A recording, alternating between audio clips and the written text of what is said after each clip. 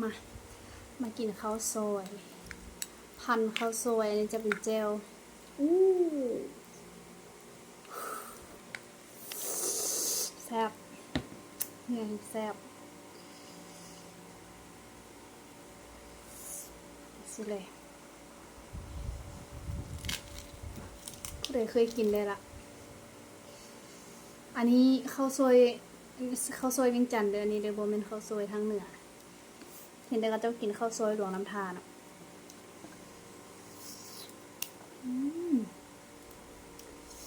แซ่บฮานี่แซ่บเลย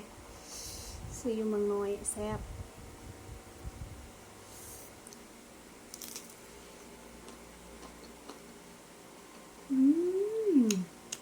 หนัว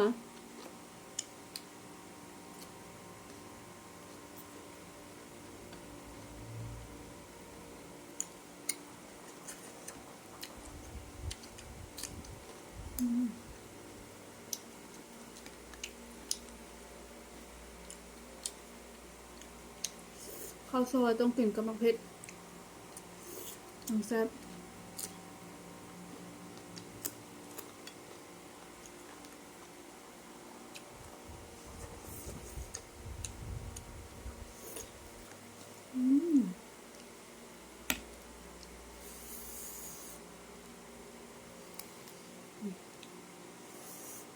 ผักใส่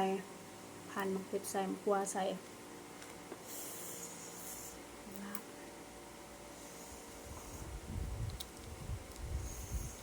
คำใหญ่ๆเลยเลยเนาะ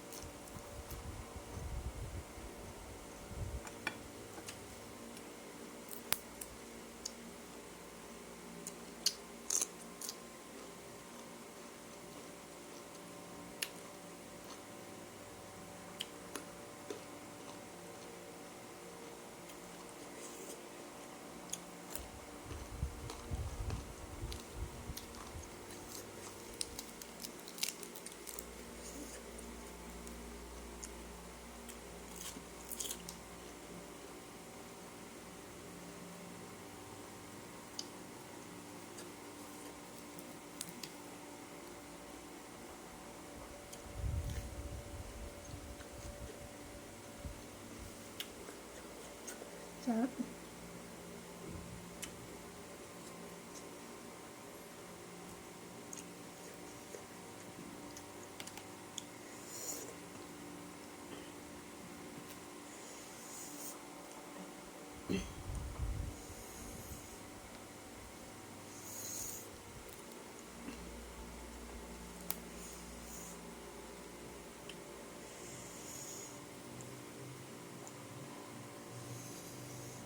อันนี้สิเลย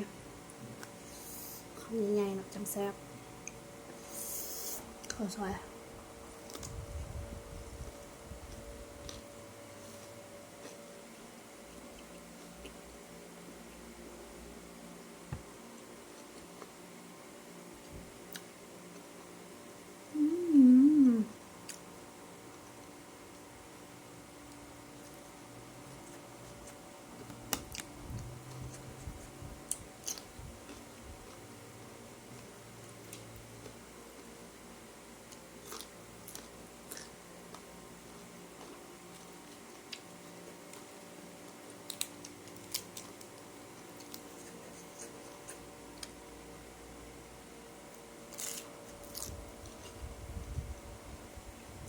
เจ้าโคตรชอบเลย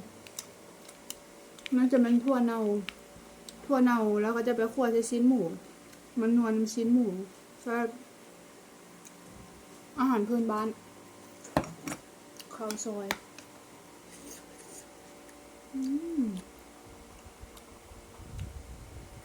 ส่วนอันนี้จะเป็นแป้งที่เขาเจ้าเฮ็ดเป็นแผ่นแบบนี้ออกมาแบบนี้เลยเขาก็มาพันสลายบ่เป็นสลายเนาะเป็นอาหารของทางภาคเหนือแต่กี้กับ่ได้กินดอกเห็นมันเป็นกระแสเขาเจ้านิยมกินหลายตัวนี้บ่แพงอันนี้นะชุดหนึ่งแต่35,000อยู่เมืองน้อยแซ่บอีก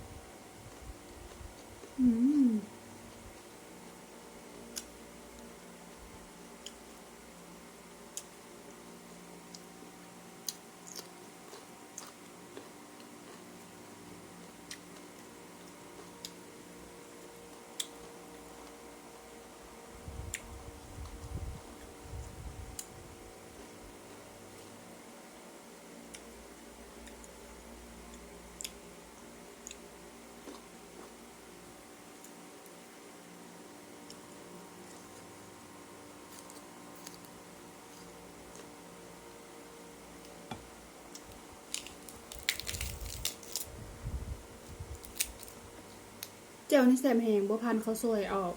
เผากินกับผักเจ้าซื้อก็แซ่บ